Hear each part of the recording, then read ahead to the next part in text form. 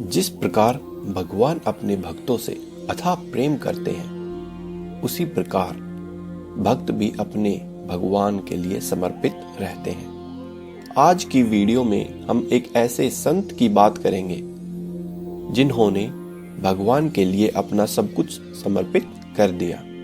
यह कहानी है मीरा बाई की। भक्ति की ऐसी चरम अवस्था कम ही देखने को मिलती है। तो आइए इस वीडियो में हम मीरा बाई के जीवन की कुछ रोचक बातों के बारे में जानते हैं। मीरा बाई के बाल मन में ही कृष्ण की एक ऐसी छवि बसी कि किशोरावस्था से लेकर मृत्यु तक उन्होंने कृष्ण को ही अपना सब कुछ माना। जोधपुर के राठौड़ रतन सिंह जी की इकलौती पुत्री मीरा बाई का जन्म 16वीं शताब्दी में हुआ था। बचपन से ही वह कृष्ण भक्ति में रम गई थी। मीरा बाई के बचपन में हुई एक घटना की वजह से, सिर्फ एक घटना की वजह से उनका कृष्ण प्रेम अपनी चरम अवस्था तक पहुंचा। एक दिन उनके पड़ोस में किसी बड़े आदमी के यहाँ बारात आई। सभी औरतें छत पर खड़ी होकर बारात देख रही थी। मीरा भी छत पर जाकर बारात देखने लगी। बारात को देख मीरा ने अपनी माता से पूछा कि माता, मेरा दूल्हा कौन है? कहाँ है मेरा दूल्हा? आगे बढ़ने से पहले अगर आपको यह वीडियो अच्छी लग रही है तो एक लाइक अवश्य करें।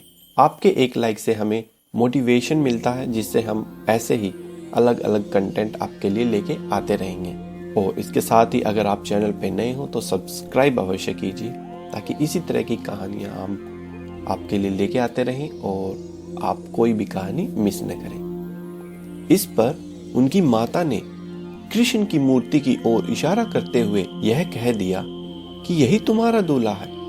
बस यह बात मीरा के बाल मन में एक गांठ की तरह बंध गई और मीराबाई कृष्ण की भक्ति में लीन हो गई। कुछ समय बाद मीराबाई की शादी महाराणा सांगा के पुत्र भोजराज के साथ हुई, जो आगे चलकर महाराणा कुंभा भी कहलाए। इस शादी के लिए पहले तो मीराबाई ने मना कर दिया, लेकिन परिवार वालों के जोर देने पर वह फूट फूट कर रोने लगी। शादी के बाद विदाई के समय वह कृष्ण की मूर्ति अपने साथ ले गई, जिसे उसकी माता ने उसका दूल्हा बताया था। ससुराल में अपने घरेलू कामकाज निपटाने के बाद मीरा रोज कृष्ण के मंदिर चली जाती और कृष्ण की पूजा करती, उनकी मूर्ति के सामने गाती और नृत्य भी करती। उनके ससुराल वाले तुलजा भवानी यानी दुर्गा को कुलदेवी मानते थे। जब मीरा ने कुलदेवी की पूजा करने से इनकार कर दिया तो परिवार वालों ने उनकी श्रद्धा भक्ति को मंजूरी नहीं दी। मीराबाई की ननंद उदाबाई ने उन्हें बदनाम करने के लिए उनके खिलाफ एक साजिश भी रची थी। उसने राणा से कहा कि मीरा का किसी के साथ गुप्त प्रेम है और उसने मीरा को मंदिर में अपनी प्रेमी से बात करते हुए देखा भी है। राणा कुंभा अपनी बहन के साथ आधी रात को मंदिर में गया। वह मंदिर का दरवाजा तोड़कर अंदर पहुंचा और देखा कि मीरा अकेले ही कृष्ण की मूर्ति के सामने परम आनंद की अवस्था में बैठी है। मूर्ति से बातें कर रही थी और मस्ती में गा भी रही थी।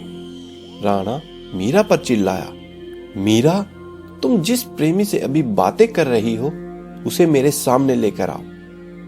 मीरा ने जवाब दिया, महाराज, वह सामने बैठा है, मेरा स्वामी नैनचोर, जिसने मेरा दिल चुराया है।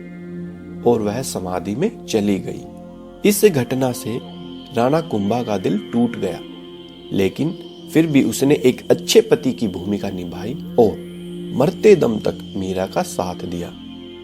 हालांकि मीरा को राजगद्दी की कोई चाह नहीं थी, फिर भी राणा के संबंधी मीरा को कई तरीकों से सताने लगे।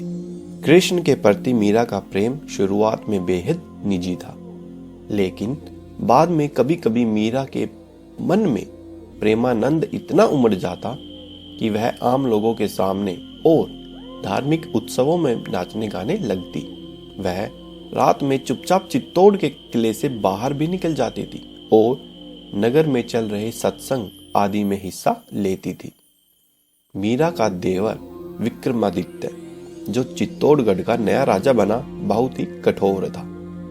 मीरा की भक्ति, उनका आम लोगों के साथ घुलना मिलना और नारी मर्यादा के प्रति उसकी लापरवाही का उसने कड़ा विरोध किया। उसने मीरा को मारने की कई बार कोशिश भी की।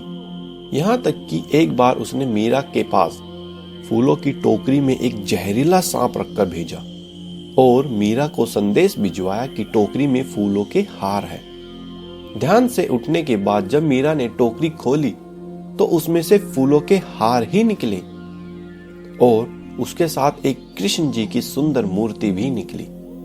राणा का तैयार किया हुआ कांटों का बिस्तर भी मीरा के लिए फूलों की सेज बन गया। जब यातनाएं बर्दाश्त से बाहर हो गई तो उन्होंने चित्तौड़ छोड़ दिया। वे पहले मेड़ता गई, लेकिन जब उन्हें वहां भी संतोष नहीं मिला तो कुछ समय के बाद उन्होंने कृष्ण भक्ति के केंद्र वृंदावन का रुख किया। मीरा मानती थी कि वह गोपी ललिता ही है जिन्होंने फिर से जन्म लिया है। ललिता कृष्ण के प्रेम में दीवानी थी। खैर, मीरा ने अपनी तीर्थ यात्रा जारी रखी। वह एक गांव से दूसरे गांव नाचती गाती पूरे उत्तर भारत में घूमती रही। माना जाता है कि उन्होंने अपने जीवन के अंतिम कुछ साल गुजरात के द्वारका में गुजारे। ऐसा कहा जाता है कि दर्शकों की पूरी भीड़ के सामने मीरा द्वारकाधीश की मूर्ति में समा गई। तो क्या मीरा के लिए कृष्ण भ्रम थे या हकीकत? इंसान आमतौर पर शरीर, मन और बहुत सारी भावनाओं से बना है। यही वजह है कि ज्यादातर लोग अपने शरीर, मन और भावनाओं को समर्पित किए बिना किसी चीज के प्रति खुद को समर्पित नहीं कर सकते। विवाह का मतलब यही है कि आप एक इंसान के लिए अपनी हर चीज समर्पित कर दें। अपना शरीर, अपना मन, अपनी भावनाएं। कुछ लोगों के लिए यह समर्पण शरीर, मन और भावनाओं के परे है। एक ऐसे धरातल पर पहुंच गया जो बिल्कुल अलग था, जहां उनके लिए परम सत्य बन गया। ऐसे लोगों में से एक थी मीराबाई, जो कृष्ण को ही अपना पति मानती थी। महज 8 साल की उम्र में ही मन उन्होंने कृष्ण से विवाह कर लिया था। उनके भावों की तीव्रता इतनी गहन थी कि कृष्ण उनके लिए सच्चाई बन गए। यह मीरा के लिए कोई मति भ्रम नहीं था, यह एक सच्चाई थी कि कृष्ण उनके साथ उठते बैठते थे, घूमते थे। ऐसे में मीरा के पति को उनके साथ दिक्कत होने लगी, क्योंकि वह हमेशा अपने दिव्य प्रेमी के साथ रहती। उनके पति ने हर संभव कोशिश की यह सब समझाने की, क्योंकि वह मीरा को वाकई प्यार करता था, लेकिन वह नहीं जान सका कि आखिर मीरा के साथ क्या हो रहा है। दरअसल मीरा जिस स्थिति से गुजर रही थी और उसके साथ जो भी हो रहा था वह बहुत वास्तविक लगता था, लेकिन उनके पति को कुछ नजर नहीं आता था। वह इतना निराश हो गया कि एक दिन उसने खुद को नीले रंग से पोत लिया। कृष्ण की तरह के पोशाक पहनकर मीरा के पास आया। दुर्भाग्य से उसने गलत तरह के रंग का इस्तेमाल कर लिया, जिसकी वजह से उसे एलर्जी हो गई और शरीर पर चकत्ते भी निकल आए। मीरा के इर्द गिर्द के लोग शुरुआत में बड़े चकराए कि आखिर मीरा का क्या करें।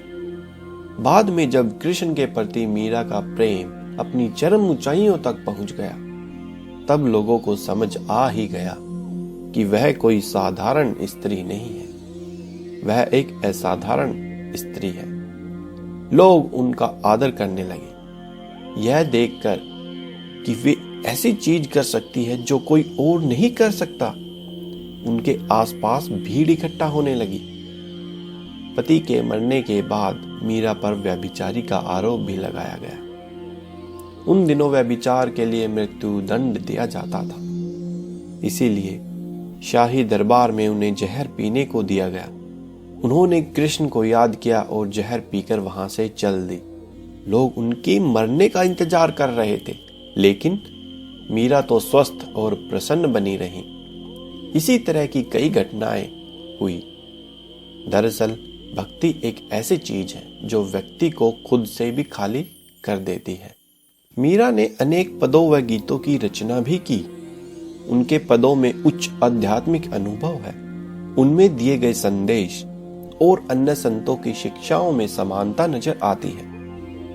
उनके पद उनकी आध्यात्मिक ऊंचाई के अभाव का आईना ही है। मीरा ने अन्य संतों की तरह कई भाषाओं का प्रयोग किया, जैसे हिंदी, गुजराती, ब्रज, अवधी, भोजपुरी, अरबी, फारसी, यहाँ तक कि मारवाड़ी, संस्कृत, मैथिली और पंजाबी। मीरा के पदों में भावनाओं की मार्मिक अभिव्यक्ति के साथ साथ प्रेम की ओजस्वी प्रवाह धारा और प्रीतम से वियोग की पीड़ा का मर्म भेदी वर्णन मिलता है। उन्होंने इस प्रकार लिखा है, मेरे तो गिरिधर गोपाल दूसरो न कोई, मेरे तो गिरिधर गोपाल दूसरो न कोई, जाके सिर मोर मुकुट मेरो पति सोई, छांडी दई कुल की कानी कहा करे कोई, संतन डिग बैठी बैठी लोक लाज खोई, अंसुवन जल सींची सींची प्रेम बेली बोई, ददी मथी घृत काढ़ी लियो डारी दई छोई, भक्त देखी राजी भई जगत देखी रोई, दासी मीरा लाल गिरिधर तारो अब मोई, पायो जी मैंने नाम रतन धन पायो, वस्तु अमोलक दी महारे सतगुरु कृपा कर अपनायो, जन्म जन्म की पूंजी पाई जग में सभी खोवायो, खर्चे नहीं कोई चोर न लेवे दिन दिन बढ़त सवायो, सत की नाव केवैया सतगुरु भव सागर तर आयो, मीरा के प्रभु गिरिधर नागर हरक हरक जस पायो। तो यह थी मीरा जी से जुड़ी कुछ अनसुनी बातें। तो आशा करता हूँ कि आपको यह वीडियो बेहद पसंद आई होगी। अगर वीडियो आपको जरा से भी पसंद आई हो तो एक लाइक अवश्य करें और चैनल पे नए हो तो चैनल को सब्सक्राइब जरूर करें। मिलते हैं नई वीडियो के साथ, तब तक के लिए जय श्री कृष्ण।